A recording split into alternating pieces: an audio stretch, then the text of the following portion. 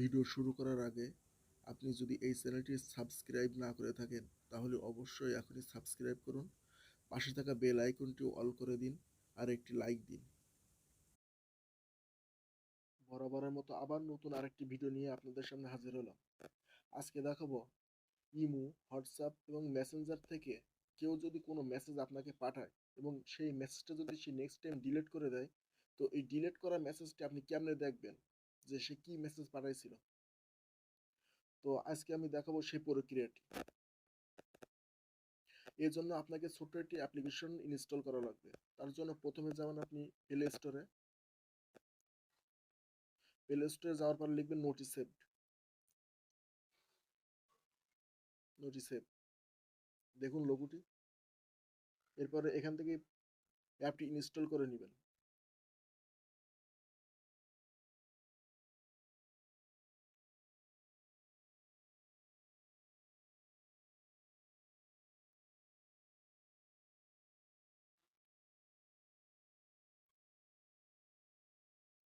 Install হয়ে গেলে অ্যাপটি ওপেন করবেন।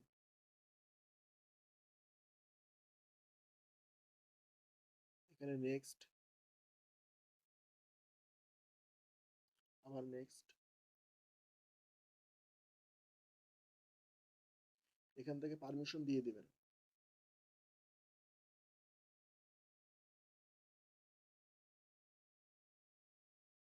এখান থেকে পারমিশনটা অন করে দিবেন।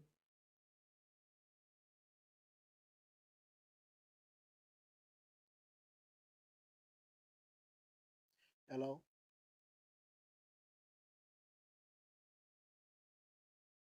নেক্সট। এখান থেকে ব্যাগে আসবেন।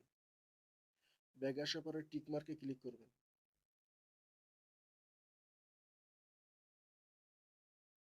এখান থেকে মেসেঞ্জার মেসেজ নামক এই আইকনে ক্লিক করবেন। এখান থেকে অ্যাডেড গ্রুপ। এখন আপনি কোন কোন সাইট আপনি চ্যাটিং করেন সেইগুলো আপনি এখান থেকে অ্যাক্টিভ করে দিবেন। দেখুন মেসেঞ্জার অ্যাক্টিভ আছে, হোয়াটসঅ্যাপ অ্যাক্টিভ আছে। এখন আমি ইমোটা অ্যাক্টিভ করে দিব। এখান থেকে ব্যাগে আসবেন। এখান থেকে ওকে করে দিবেন।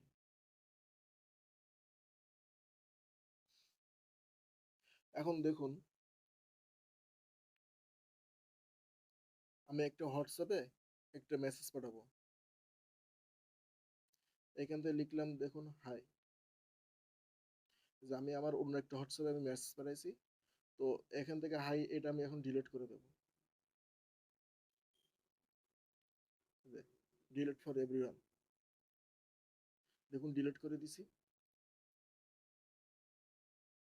এখন দেখুন যদি আমি এই হোয়াটসঅ্যাপে যাই, দেখুন মেসেজটা কিন্তু ডিলিট করা। এখন আমি এখানে কি লিখছিলাম, মানে আমার কাছে এই মেসেজটা কে লিখে পাঠিয়েছিল এবং কি লিখছিল, এটা যদি আমি দেখতে চাই, তো এখান থেকে যাব আমি নোটিসে।